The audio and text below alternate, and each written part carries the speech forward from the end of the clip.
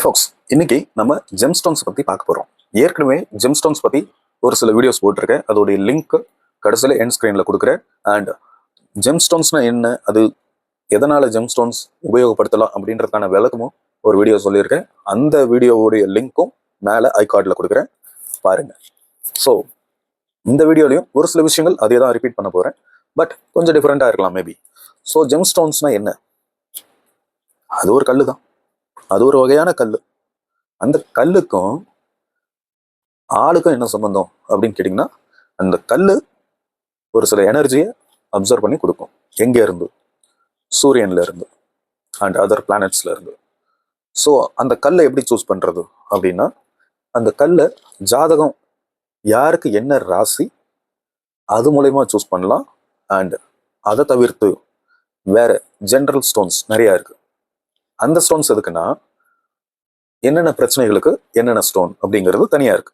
அதாவது ஒரு பிரச்சனை இருக்கு, எனக்கு இந்த மாதிரி ஒரு பிரச்சனை இருக்கு அப்படின்னா அதுக்கு சூட்டபிளான ஸ்டோன்ஸ், அதை நிவர்த்தி பண்ணக்கூடிய, அதாவது நிவர்த்தி பண்ணக்கூடியன்னா அந்த நிவர்த்தியை வந்து நீங்களே தான் பண்ணிக்குவீங்க, பட் அதுக்கு உண்டான ஒரு என்ன சொல்றது, ஒரு உந்துதல், ஒரு எனர்ஜி, அதுக்கு ஒரு எனர்ஜி தேவை இல்லையா? அதை திங்க் பண்ணி அந்த ப்ராப்ளமை ஷார்ட் அவுட் பண்ணி அதை சால்வ் பண்றதுக்கான எனர்ஜி, அந்த எனர்ஜியை இந்த ஸ்டோன் கொடுக்கும். இதுதான் ஜெம்ஸ்டோனுடைய பேசிக் லாஜிக். ஸோ ஜெம்ஸ்டோன் புதுசா இருக்கா, இப்ப புதுசா எல்லாரும் பண்றாங்களா அப்படின்னா கிடையாது. லட்ச லட்சம் வருஷமா ஜெம்ஸ்டோன்ஸ் இருக்கு. ஏன்னா ஜெம்ஸ்டோன்ஸ் எப்படி ஃபார்ம் ஆகுது அப்படின்னு பார்த்தோம்னா, ஒவ்வொரு ஜெம்ஸ்டோனும் கிட்டத்தட்ட இப்போ ஒரு 2000க்கு மேல ஜெம்ஸ்டோன்ஸ் வந்து உலகம் பூரா இருக்கு. வேற வேற பேர்ல இருக்கும் ஜெம்ஸ்டோன்ஸ் வந்து ஒரு 315 டைப் இருக்கு ஜெம்ஸ்டோனுடைய வகைகளே. அண்ட் ஜெம்ஸ்டோன்ஸ் நிறைய வேரியேஷன்ஸ் இருக்கு. அதுல ப்ரெஷியஸ் ஜெம்ஸ்டோன்ஸ்னு ஒரு செட்டை சொல்லுவாங்க, அண்ட் செமி ப்ரெஷியஸ் ஜெம்ஸ்டோன்ஸ் பிரிக்கலாம். ப்ரெஷியஸ் ஜெம்ஸ்டோன்ஸ்னு பார்த்தீங்கன்னா உங்களுக்கு இந்த சஃபயர்னா yellow sapphire, blue sapphire, ruby, emerald, diamond, இதெல்லாம் ப்ரெஷியஸ்ல வரும். அதாவது இது முழுக்க முழுக்க வேற எந்த ஒரு கலப்படமும் இல்லாம ரொம்ப ரேர் மெட்டீரியல், ரொம்ப கம்மியான அளவுல, இதெல்லாம் பல லட்சம் வருஷமா சின்ன சின்னதா துகள்கள் ஒன்னா இறுகி அந்த கெமிக்கல் ஃபார்மேஷன் ஆகி அது கல்லா உருவெடுக்கிறது தான் ரொம்ப ரேரான ஸ்டோன்ஸ். இதெல்லாம் வந்து ப்ரெஷியஸ் ஜெம் ஸ்டோன்ஸ் சொல்றாங்க. அண்ட் செமி ப்ரெஷியஸ்னா அதுவும் ஸ்டோன்ஸ் தான், பட் அது கொஞ்சம் நிறைய இடங்கள்ல கிடைக்கும். இப்போ ஒரு ப்ளூ சஃபயர் அப்படின்னு எடுத்துக்கிட்டோம்னா அது ஆப்பிரிக்காவில் கிடைக்கும், ஸ்ரீலங்காவில் கிடைக்கும், ஒரு 3-4 நாடுகளில் தான் கிடைக்கும் ப்ளூ சஃபயருங்கிறது. ஏன்னா அந்தந்த மண்ணுக்கு ஏற்ற மாதிரி அந்த கெமிக்கல் ஃபார்மேஷன் ஆகி அந்த கல் உருவாகணும். ஸோ அதெல்லாம் ரொம்ப ரேராக கிடைக்கிறது ப்ரெஷியஸ், அண்ட் கொஞ்சம் அதிகமாக கிடைக்கிறது செமி ப்ரெஷியஸ், அண்ட் நான் ப்ரெஷியஸ்ன்னு தனியாக இருக்குது. அது என்னென்னா அது ஒரு ஜென்ரலான ஸ்டோன்ஸ் தான். அதாவது மலைகள், இந்த கல்லெல்லாம் எப்படி கிடைக்குதுன்னா மலைகளை வெட்டி எடுக்கும் போது கற்கள், அதில் ஒரு கல் தான் கருங்கல், பாறாங்கல், செங்கல், ஜல்லி, அந்த கல் வரிசைகளில் இதுவும் ஒன்று. பட் அந்த கல்லுகளுக்கெல்லாம் இது கிடையாது, ஒளியை உறிஞ்சு உடம்புக்கு கொடுத்து எனர்ஜி கொடுக்குற தன்மை கிடையாது கருங்கல் பாறாங்கலுக்கெல்லாம். பட் இந்த ஸ்டோன்ஸ் எல்லாத்துக்கும் இதை நம்ம வந்து ஷேப் பண்ணும்போது ஃபெசட்டட் அண்ட் கேபுச்சன் அப்படின்னு சொல்றாங்க. 2 ஷேப், அதாவது ஒரு உருண்ட வடிவமா, இது வந்து ஃபெசட்டட், அதாவது செதுக்கி செதுக்கி செதுக்கி இருக்கும், பிளைனா அப்படி மேலே செதுக்கி இருக்கும், அது ஃபெசட்டட்னு சொல்லுவாங்க. அண்ட் இந்த ஒரு சில கல்லெல்லாம் வந்து அப்படியே உருண்டையாவே இருக்கும், மேலே பாதி உருண்டை ஓவல் ஷேப்ல இருக்கும், அது வந்து காபுச்சன் சொல்லுவாங்க இந்த ஷேப்பை. ஸோ இது ரெண்டுத்துக்கும் என்ன வித்தியாசம் கேட்டிங்கன்னா, கல் இதுனா இந்த கல் எல்லாம் எல்லா மேக்சிமம் எல்லா ஸ்டோனும் வந்து 2 வடிவிலுமே கிடைக்கும். உங்களுக்கு எந்த வடிவில் வேணுமோ போட்டுக்கலாம். பட் ஒரு சில ஸ்டோன்லாம் ஃபெசட்டட்ல தான் இருக்கும். ஏன்னா இப்போ டைமண்ட்லாம் நீங்கள் உருண்டை வடிவில் வாங்க முடியாது. அது வந்து அந்த கல்லை வந்து அப்படிதான் செதுக்க முடியும்னா அந்த கரெக்டான ஆங்கிள்ஸில் செதுக்கிறது, ஃபார்ம் பண்ணுறது இருக்கு இல்லையா, அதுதான் ஒளி உள்வாங்கி சரியான ஒளியை வந்து நமக்கு கொடுக்கும். இப்போ சில பேர்லாம் வைரம் போடக்கூடாதும்பாங்க, தோஷமான வைரம்பாங்க. அப்படின்னா என்ன அர்த்தம்னா அந்த வைரத்தில் ஏதோ டிஃபெக்ட் இருக்குன்னு அர்த்தம். அதாவது உள்ள வந்து பியூர் கார்பனால தான் வைரம் உருவாகுது. அந்த வைரத்துக்குள்ள ஏதோ ஒரு சின்ன கிராக்கு, பொதுவாகவே ஜெம்ஸ்டோனுக்குள்ள அப்படி கிராக்கோ உள்ள வந்து டாட்டா அந்த கருப்பு புள்ளி அந்த மாதிரிலாம் இருக்கக்கூடாது. அதாவது டிஃபெக்டட் ஜெம்ஸ்டோன்ஸ் அப்படி இருந்தால் என்ன ஆகும்னா அது ஒரு சில நேரத்தில் நமக்கு நெகட்டிவ் எஃபெக்டாக அமைய ஆரம்பிக்கும். சில நேரத்தில் எஃபெக்டே இருக்காது. ஸ்டோன் போட்டோம்னா அந்த ஸ்டோன் ஒரு 3 மாசத்துல பாசிட்டிவ் ரிசல்ட்ஸ் கொடுக்க ஆரம்பிக்கும். கம்மியா 3 மாசத்துக்குள்ள, மேக்சிமம் 6 மாசம், அதுக்குள்ள நல்ல ஒரு பாசிட்டிவ் எஃபெக்டை கொடுக்கும். ஸ்டோனா இருந்தா மட்டும்தான். நீங்க எல்லாரையும் நம்பி ஜோசியக்காரன் எவனா இருப்பான், இது போனவன், அவங்க எல்லாம் சில பேர்லாம் இருக்காங்க. கண்ணாடி சிந்தட்டிக்லயும் ஸ்டோன்ஸ் இருக்கு. பட் அது அதுலயும் கொஞ்சம் எஃபெக்டிவான ஸ்டோன்ஸ், அது வேற. அது தனியா ஒரு வீடியோ சொல்றேன். இது வெறும் பாட்டிலில் செய்யறது, அந்த மாதிரி சும்மா 10 ரூபா 20 ரூபாய்க்குலாம் வித்துட்டு இருப்பாங்க இதில். அந்த மாதிரி ஸ்டோன்ஸ் எல்லாம் ஸ்டோன் கிடையாது. அது ஜஸ்ட் பிளாஸ்டிக் ஆர் கிளாஸ். நான் சொல்றது ஸ்டோனா இருந்தா மட்டும்தான் அது அதோடைய வேலையை செய்யும். இதுல மூட நம்பிக்கைக்கான இதுவே கிடையாது. அது தெரியாம சொல்றாங்க அவங்க. இந்த சப்ஜெக்டை பத்தி தெரியாமையே, இல்ல அவங்க என்ன பண்ணியிருப்பாங்க, வேற ஏதாவது இந்த மாதிரி கிளாஸ் வாங்கி போட்டு இது வேலை செய்யல, அதெல்லாம் மூட நம்பிக்கை அப்படின்னு சொன்ன ஆளுங்க தான் அதிகமா இருக்காங்க. அண்ட் அதை கேட்டுக்கிட்டு ஆமா சாமின்னு போட்டு சுத்துற ஆளுங்க தான் அதிகமா இருக்கிறாங்க. ஸோ அவங்கள விட்டுருவோம்னா, அவங்களுக்கு புரிஞ்சுட்டா, சப்ஜெக்ட் என்னன்னு புரிஞ்சா அவங்க ஓகே. ஏன்னா இது ஒரு மேஜிக்கோ இல்ல ஒரு என்ன சொல்றது, இதை பத்தி தெரியாம வளர்றதோ கிடையாது. இதை பத்தி ஸ்டடி பண்ணிட்டு இதோடைய லாஜிக் என்ன, இது எப்படி வேலை செய்யுது அப்படின்னு தெரிஞ்சுக்கிட்டா அது அப்புறம் அவங்களுக்கு அது நம்பிக்கைங்கிற விஷயமே இதுல கிடையாது. இது நம்பிக்கை சார்ந்த விஷயமே கிடையாது. கம்ப்ளீட்டா ஆதி காலத்துல இருந்து நம்மளுடைய முன்னோர்கள், அதாவது அகஸ்தியர் காலமே அவரு ஃபர்ஸ்ட் பேட்டரியே அகஸ்தியருடைய பாடல்கள்ல இருக்கு. முதல்ல பேட்டரி, ஏற்கனவே ஒரு வீடியோ போட்டிருக்கோம், பாக்தாத் பேட்டரின்னு ஒரு வீடியோ. உலகத்துடைய முதல் பேட்டரி எப்போ 1500 காலகட்டங்கள்ல அது பண்ணிட்டாங்க அந்த பேட்டரி. அப்போ அகஸ்தியர் 3000 வருஷத்துக்கு முன்னாடி இருந்தார். அந்த பேட்டரி கண்டுபிடிச்சது அந்த காலகட்டம் 1500 வருஷத்துக்கு முன்னாடி. பட் 3000 வருஷத்துக்கு முன்னாடி அகஸ்தியர் வாழ்ந்த காலகட்டங்கள்ல அவர் இந்த மாதிரி பேட்டரிக்கு இப்படி செய்யணும் அப்படின்ற குறிப்புகளை அவருடைய பாடல்கள்ல வச்சிட்டார். அப்போ அந்த காலங்கள்ல அப்போ அகஸ்தியரே இருந்திருக்காரு அப்படின்னா கடவுள்கள் பூமியில தான் வாழ்ந்திருக்கும். சரி, அந்த சப்ஜெக்ட் ஃபுல்லா போக வேண்டாம். ஏன்னா அதெல்லாம் ஆன்மீகங்கிறது போனா போயிட்டே இருக்கும். நம்ம அதுக்கு போக வேண்டாம். நம்ம என்னன்னா இப்போ அட் ப்ரெசன்ட் சயின்டிஃபிக் டெக்னாலஜி இதை பேஸ் பண்ணி தான். ஏன்னா நான் டெக்னாலஜியை நம்புறவன், சயின்ஸை நம்புறவன். அப்போ அந்த சயின்ஸ்குள்ள என்னென்ன வருது அப்படிங்கிறத நம்ம அதை தான் கொண்டு வரணும். அப்படி படிக்கும் போது தான், ஒவ்வொரு ஸ்டோன் பத்தி படிக்கும் போதும் அதோடைய கெமிக்கல் காம்போசிஷன் என்ன, ஒரு ஸ்டோன் உருவாகுது அப்படின்னா அது என்ன கெமிக்கலால ஆனது, அந்த கெமிக்கலுக்கும் அது என்ன பண்ணுது, நம்ம உடம்புக்கு தேவையான அந்த எனர்ஜியை அது கொடுக்குது. அவ்வளவுதான். சூரியன் இருக்கு, கிரகங்களும் ஜாதகம் எப்படி எழுதுறாங்க, கிரகங்களை பேஸ் பண்ணி கிரகங்கள் எப்படி இருக்கு, என்ன பொசிஷன்ல இருக்கு. இப்போ நீங்க போயிட்டு ஒரு ஜாதகம் பாக்குறீங்க அப்படின்னா அவங்க சொல்லுவாங்க, 2ஆம் இடத்துல இது மறைஞ்சிருக்கு, அந்த கிரகம் மறைஞ்சிருக்கு, இந்த கிரகம் நீச்சமா இருக்குன்னா அந்த கிரகம் உங்களை விட்டு தூரமா இருக்கு, அதாவது எர்த்தை விட்டு தூரமா இருக்கு, அதோட எனர்ஜி உங்களுக்கு தேவைன்னு அர்த்தம். அதுக்காக தான் அவங்க ஒரு சில கோயில்களுக்கு போங்க அப்படின்னு பரிகாரம் சொல்லுவாங்க. நீங்க சில ஜோசியக்காரங்க, கைரேகை பாக்குறவங்க சில பேர்லாம் என்ன பண்ணுவாங்கன்னா 5000 ரூபா கொடுங்க பூஜை பண்ணணும் அப்படிலாம் சொல்லுவாங்க. அதெல்லாம் நம்புறது நம்பாதது உங்களோட இஷ்டம். ஏன்னா பூஜைகள் மந்திரங்கள் உண்மைதான். ஏன்னா அதெல்லாம் ஃப்ரீக்வன்சி பேஸ்டு. அது உண்மையா இருக்கிற பட்சத்துல நடக்கும். ஆனா இப்ப அந்த அளவுக்கு உண்மையான ஆளுங்களே கிடையாது.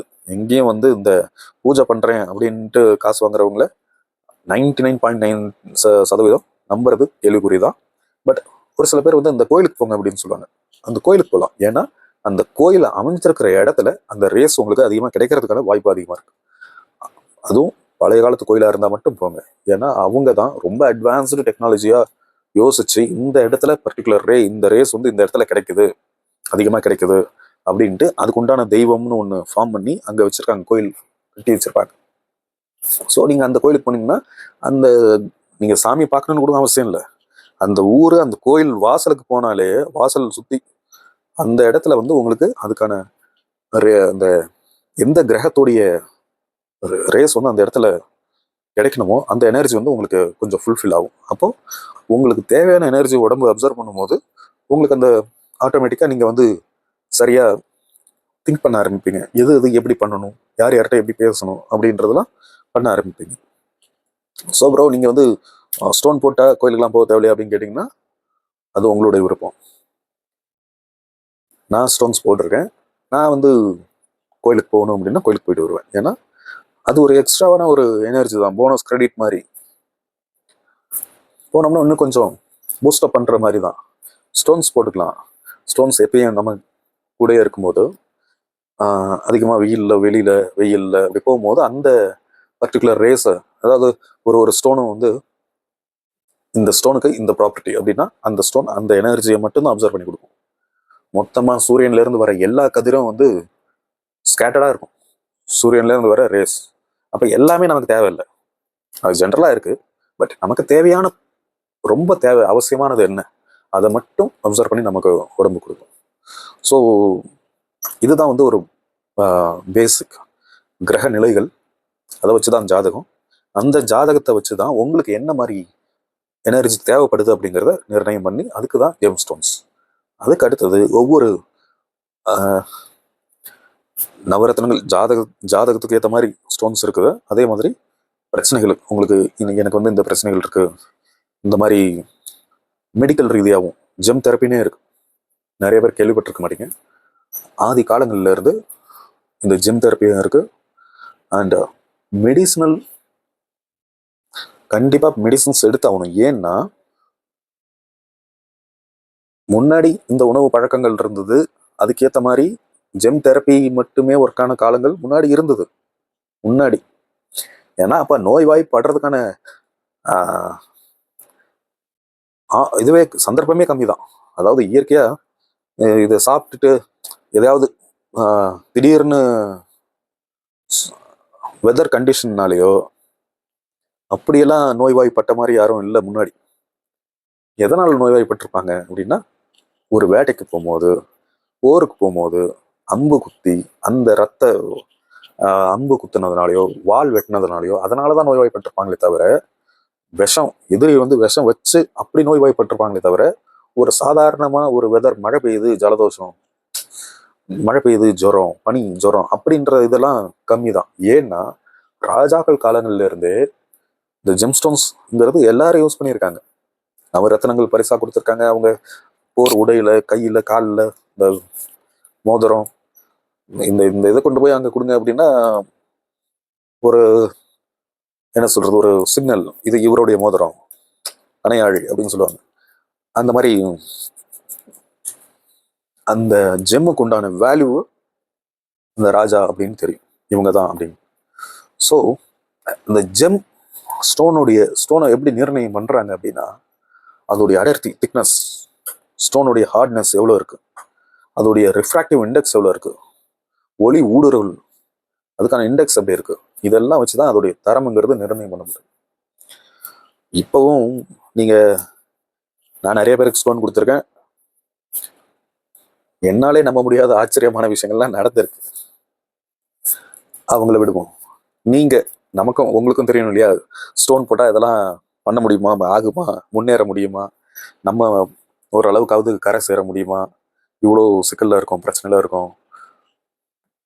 கண்டிப்பா நீங்க எல்லாரும், ஒரு உதாரணம் சொல்றேன், உங்களுக்கும் தெரிஞ்சாலும் எனக்கும் தெரிஞ்சாலும்னா, இப்போ விஜய் டிவிலே பாத்துக்கோங்களேன், அமுதவனன் ஒருத்தர் இருப்பார் இல்லையா, காமெடி.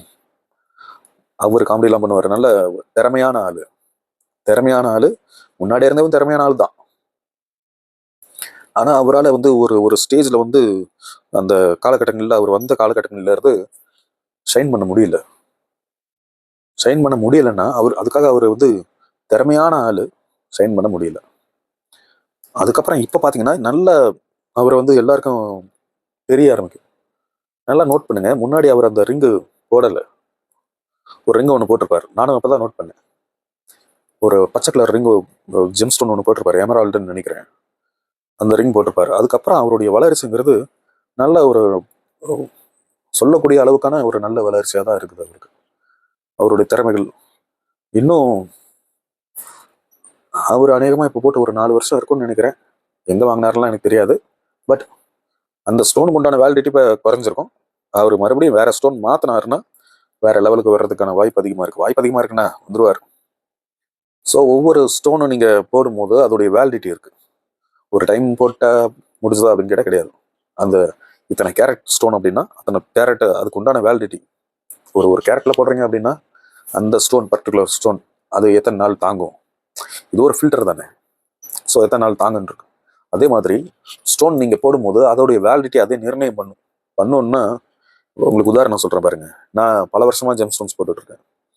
இந்த ஸ்டோன் வந்து எனக்கு அதிகமாக கோபம் வருது அப்படின்றதுனால இந்த ஸ்டோன் போட்டுட்ருக்கேன். ஸோ இது என்ன ஆகுன்னா ஒரு கட்டத்தில் இந்த ஸ்டோனோடைய வேலிடிட்டி முடியுதுன்னு வச்சுக்கோங்க, இந்த ஸ்டோன் ஆட்டோமேட்டிக்காக பிரேக் ஆகிடும். அது நான் உடைக்கல, அதோடைய தன்மை அது வீக் ஆயிடுச்சுன்னா அதோடைய வேலிடிட்டி முடியுது, வீக் ஆயிடுச்சு.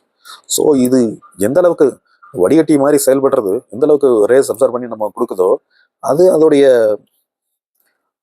என்ன சொல்றது, நம்ம உழைக்கிறோம் அப்படின்னா நம்மளுடைய உடம்பை வருத்தி உழைக்கிறோம் இல்லையா, அந்த மாதிரி அது அதோடைய வேலையை செய்யும் போது அது வீக் ஆகிட்டு தான் அந்த ஸ்டோன் ரொம்ப வீக் ஆகி உடஞ்சிருது, ஒரு ஸ்டேஜில் உடஞ்சிருது. அப்போ அதை மாற்றிடலாம் நம்ம. அதுக்காக சில ஸ்டோன்லாம் அப்படியே இருக்கும், அதையே போட்டுகிட்டே இருக்கக்கூடாது. ஏன்னா அது சும்மா அப்படியே கம்முன்னு உட்காந்துருக்கும், அந்த மாதிரி உள்ள விஷயம் இருக்காது. அது வேலை செஞ்சு ஓஞ்சி போய் கொஞ்சம் அப்படியே அமைதியாக இருக்கும், அவ்வளோதான். நீங்கள் அதுக்காக அதையே போட்டுட்டு இருந்து ஏன் எப்படியாச்சு அப்படின்லாம் கேட்கக்கூடாது, அதை மாற்றிடணும். ஒரு மேக்ஸிமம் ஜென்ரலாக ஒரு ஸ்டோன் போடுறோம் அப்படின்னா ஒரு கேரட் ஸ்டோன் அப்படின்னு வச்சுக்கிட்டோம்னா ஒரு 2 to 2.5 வருஷம் வரைக்கும் போட்டுக்கலாம், எந்த ஒரு ஸ்டோனாக இருந்தாலும். டைமண்ட் அது விதிவிலக்கு. டைமண்ட் வந்து பியூரஸ்ட் ஃபார்ம். ஸோ டைமண்ட் வந்து எத்தனை வருஷம்னா போட்டுக்கலாம் நீங்கள். அது வந்து ஒரு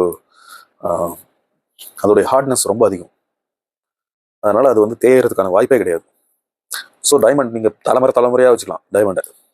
இந்த ராசிக்கு இந்த ஜெம் ஸ்டோன் போடணும், இந்த விரலில் போடணும் அப்படிங்கிறதுலாம் ஆதி காலத்திலேருந்து நிர்ணயம் பண்ண ஒன்று தான். ஏதோ சொல்லிட்டு இருந்தோம் முன்னாடி. GeM therapy. அப்போ இந்த காலகட்டங்களில் ஒரு மெடிக்கல் ரீதியான ஒரு பிரச்சனை வருது அப்படின்னா நீங்கள் கண்டிப்பாக டாக்டர் கன்சல்ட் பண்ணணும், மெடிசின்ஸ் எடுத்துக்கணும். அது சும்மா ஜெம் போடுறதுனால அது வந்து ஆறிடும், சரியாயிடும், க்யூர் ஆகிடும் அப்படின்னா கிடையாது.